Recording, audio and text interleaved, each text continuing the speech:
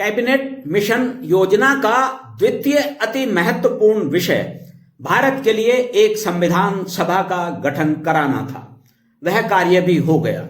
मुस्लिम league के सदस्यों के बिना संविधान सभा की प्रथम बैठक 9 दिसंबर 1946 ईस्वी को कार्यवाहक अध्यक्ष सच्चिदानंद सिन्हा की अध्यक्षता में हुई।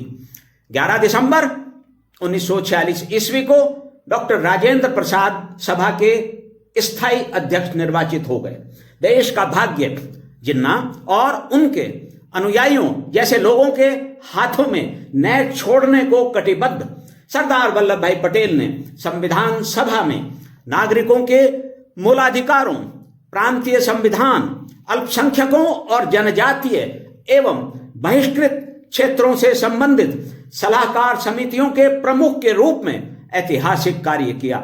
यही नहीं, संविधान सभा में डॉक्टर भीमराव अंबेडकर के पुनः प्रवेश के लिए भी सरदार साहेब ने अति महत्वपूर्ण भूमिका का निर्वहन किया। डॉक्टर भीमराव अंबेडकर वास्तव में प्रारंभ में बंगाल से संविधान सभा के लिए चुने गए थे, लेकिन देश के विभाजन और परिणाम स्वरूप पाकिस्तान के लिए एक अलग संविधान सभा के गठन के साथ ही उनकी सीट पाकिस्तान की ओर चली गई थी।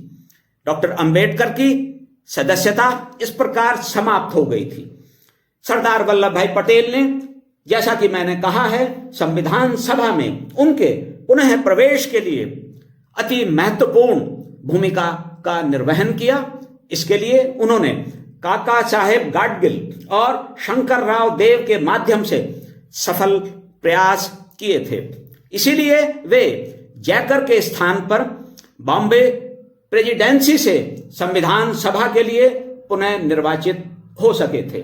इस संबंध में मैंने अपनी एक पुस्तक सरदार पटेल के प्रमुख निर्णय में तनिक विस्तार से लिखा है।